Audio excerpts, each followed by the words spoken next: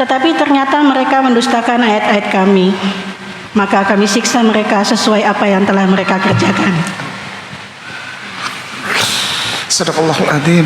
Sadaqallahul adzim. Sadaqallahul adzim. Jazakumullah khairan ya Ustazah. Wa anta jazakallah. Alhamdulillah.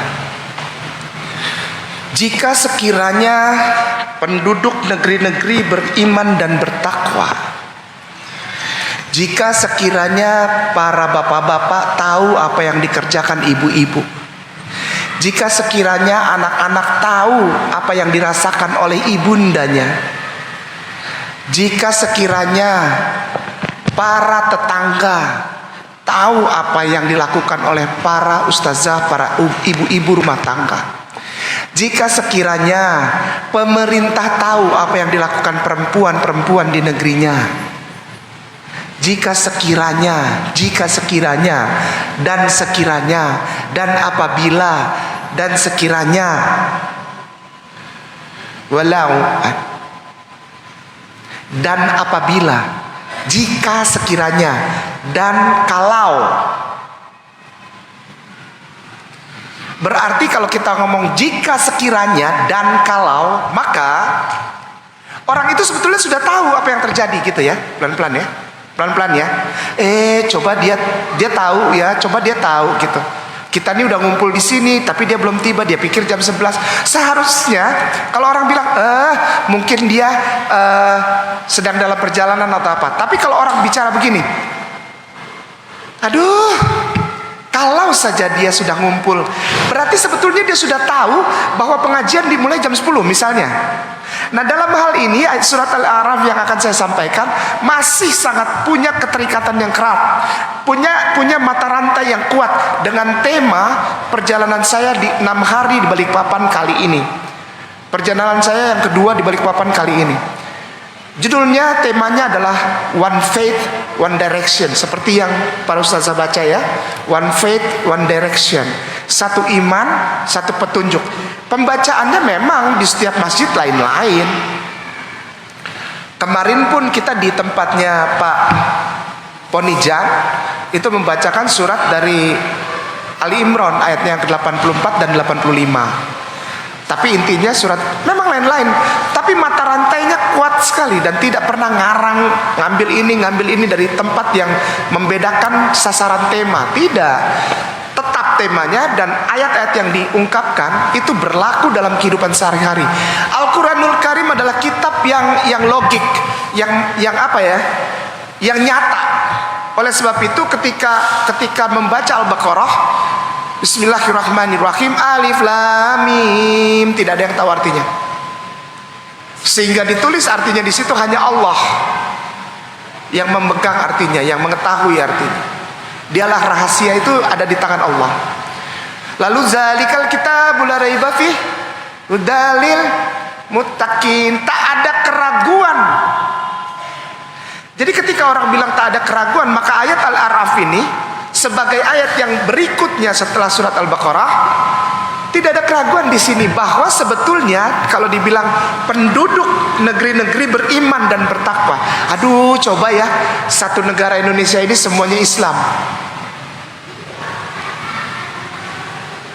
ya kita berkah? Belum tentu.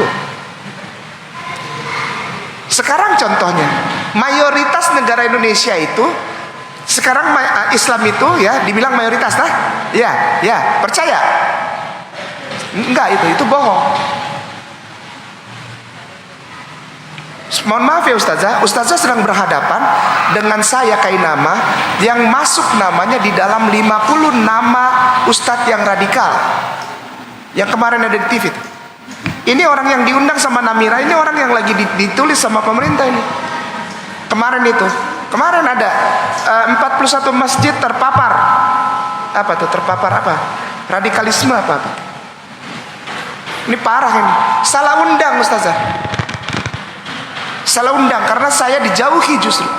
Dianggap orang yang anti pemerintah. Padahal aku cinta Jokowi. Serius. Aku sayang sama dia, betul. Sayang jadi presiden.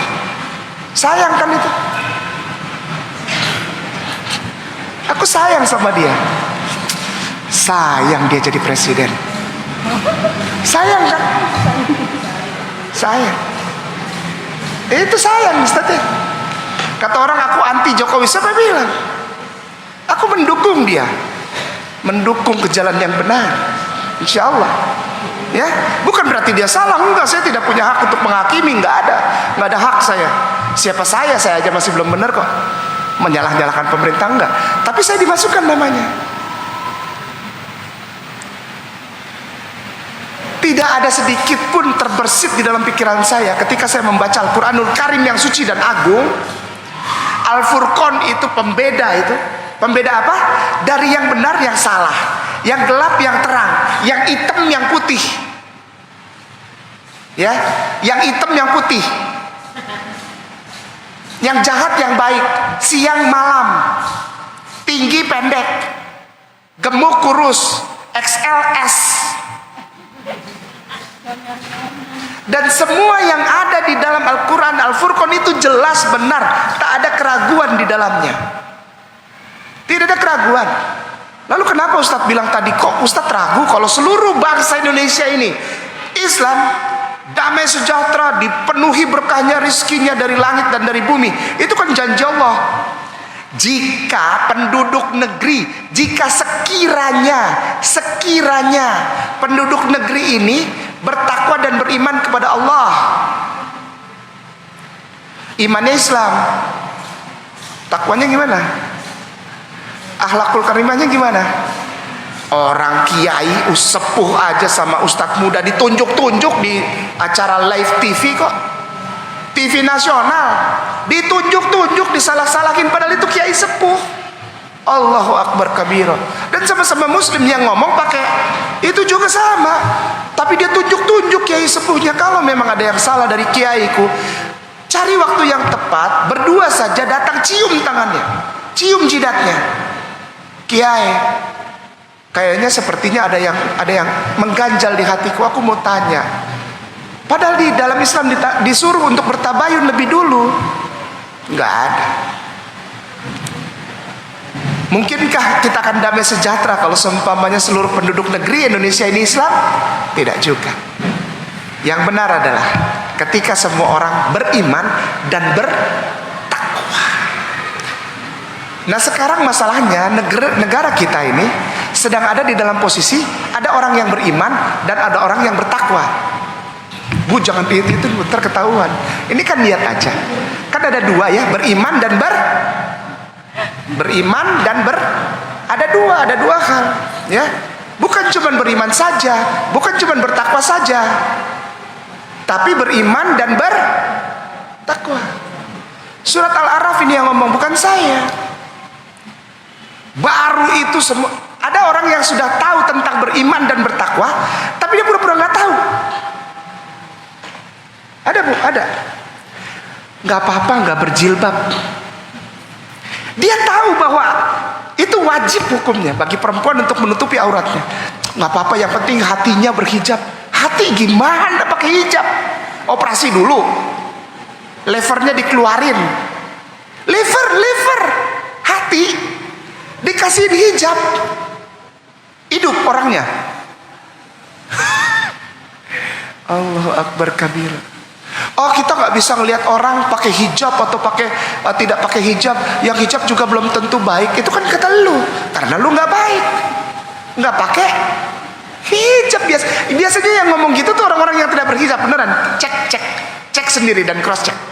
Orang yang bilang gini nih, perempuan itu munafik, belum tentu dia juga bener pakai hijab. Biasanya yang ngomong gitu yang tidak berhijab biasanya. Atau kalau ada orang yang begitu ngomongnya tapi sudah berhijab, berarti dia hijabnya hijab pura-pura. Ada hijab pura-pura? Ada. Pakai hijab tapi baju ponakannya. Lepet. Kata orang Sunda bilang lepet. Bukan lemper, bukan. Orang Sunda ada ya. Kemarin saya bilang di rumahnya Pak Ponijan itu. Kita ada pengajian di sana. Lepet, makanya itu lehernya jenjang-jenjang. Harus ditutupi, harus dihijab, harus ditutup auratnya. Karena orang Sunda perempuannya itu lehernya jenjang-jenjang, panjang-panjang. Badai kamana, kadie. Atau eta terus di mana? Itu dari mana? Gitu. Panjang. Gitu. Apalagi kalau anaknya lari-lari gitu dipanggil, Ujang, mereka mana wae gini kan itu teh. Pan mami teh capek ninggalian wae sih. Lehernya panjang. Ujang, mereka mana eta teh ditinggalian wae gitu. Duh, ampun. Ada yang orang Sunda? Ngerti? Ngerti? Iya, itu bener yang saya ngomong ya. Jadi nggak ngarang ya.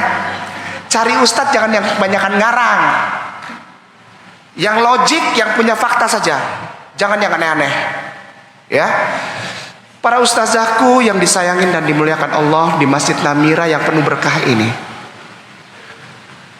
Belakangan ini, 2-3 tahun belakangan ini, maaf, makin nyata bahwa gini nih, pelan-pelan, tolong perhatikan ya. Saya kasih gambaran nih. Ini saya bukan dukun, tapi saya minta tolong. Bukan dukun sama sekali. Ini berdasarkan fakta dan pengamatan selama bertahun-tahun. Saya usianya belum sampai di waktu saya lahir itu, bukanlah orang yang ada di lahir di masa sejarah, tapi saya mau bilang bahwa bangsa Indonesia ini adalah bangsa yang diperhatikan oleh orang-orang non-muslim. Sekali lagi, seluruh penduduk negeri Indonesia ini yang sesuai dengan surat Al-A'raf bilang, seluruh penduduk Indonesia ini yang negerinya Indonesia ini dilihat dan diperhatikan oleh orang-orang yang non-muslim. Karena apa? Karena orang muslim di Indonesia itu hidup di negara yang segala sumber daya alam ada dan tak akan pernah habis. Sumber makanan di saat nanti, pada saat bumi menghadapi krisis pangan yang sangat luar biasa. Makanan yang paling mudah dan bisa didapati hanya bisa diproduksi di negara ini, Nusantara, dari Sabang sampai Merauke, dari Sangihe Talaut sampai Timor. Namanya Indonesia. Dan ternyata republik ini yang seperti tadi di Al-Araf tulis, negeri ini berpenduduk Islam. Agamanya, imannya, one faith, one direction.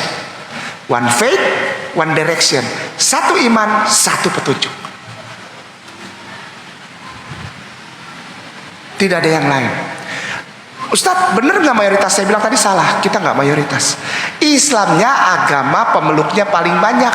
KTP kalau dikumpulin, agama Islam, benar itu paling banyak. Tapi apakah Islam mayoritas? Gak pernah jadi mayoritas di sini, gak pernah. Difitnah terus, dijelek-jelekin terus, baru ketemu para bunda, para umi yang pakai burka ini. Saya rasa yang bersahabat sama ustazah ini yang dulu-dulu masih sama-sama belum hijrah, belum pakai ini, saya rasa lari lihat bunda sekarang, bener? Langsung deh kata-kata jelek keluar.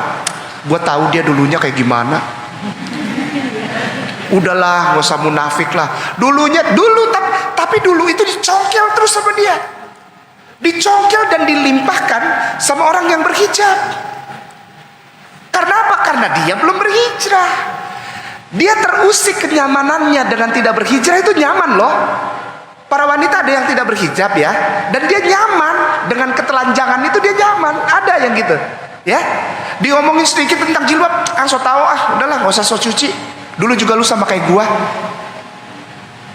Padahal itu soal aurat dan soal pengalaman yang indah tentang kasih sayang Allah, hidayah untuk berhijrah.